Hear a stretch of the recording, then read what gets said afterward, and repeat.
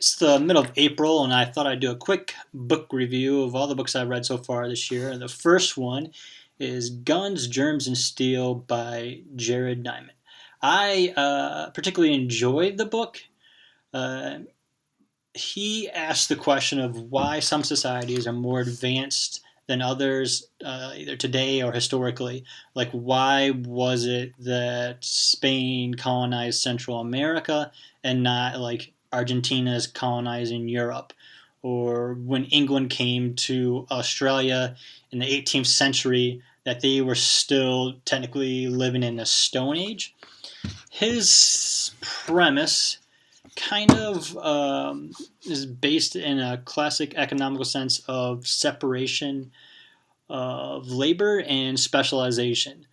Uh, so one has to become an agricultural society that affords you enough calories that you can specialize in different things.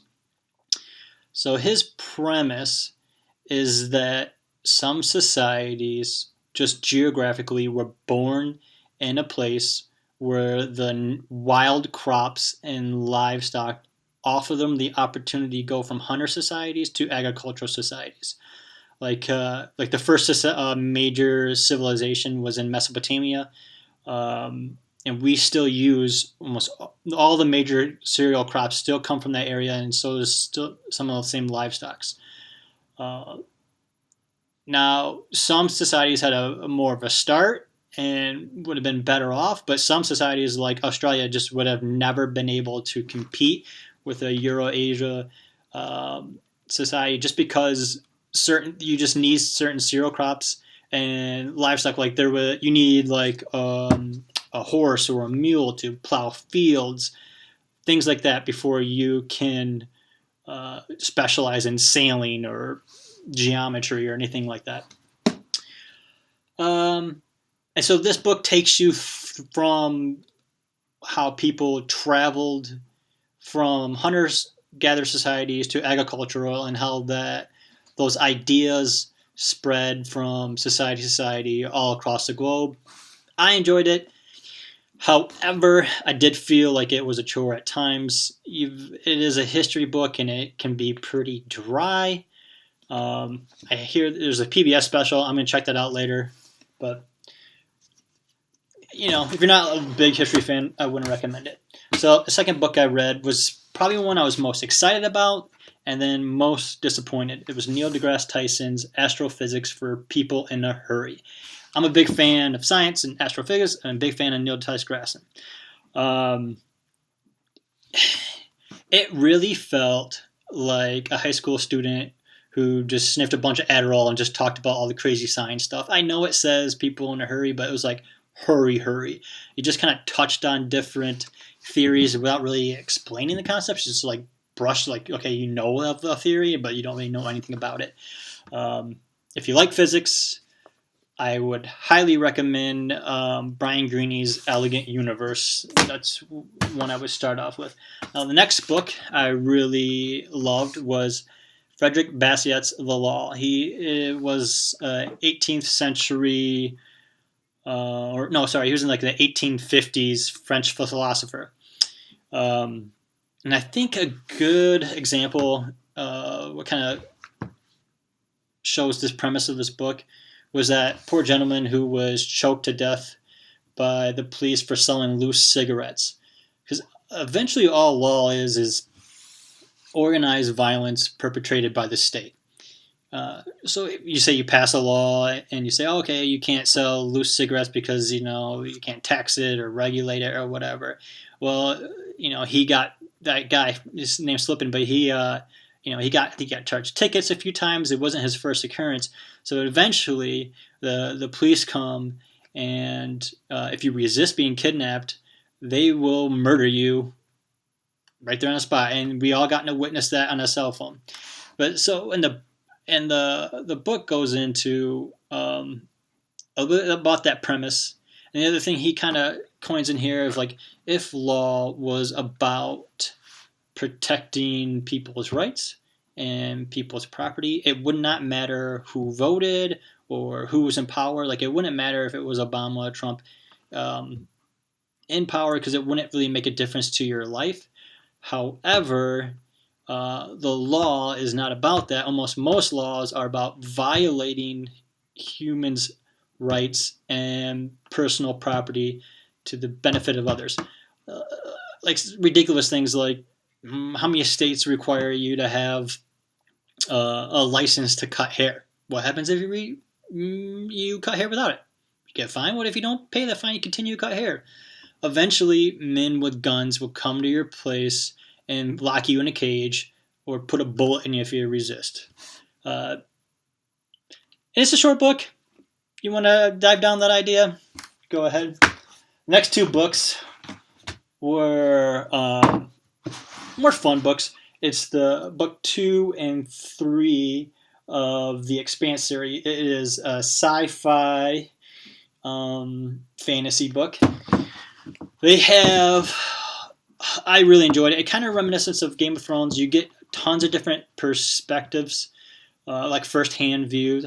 I believe the science behind a lot of the things is great. You know, how I talk about different types of gravity that you can get in space. But the premise is there's 3 main societies. There's one from Earth, and there's one in Mars who colonize, and then there is a 3rd society that live on the belt. They mine the asteroids for resources, and there's a conflict between the 3.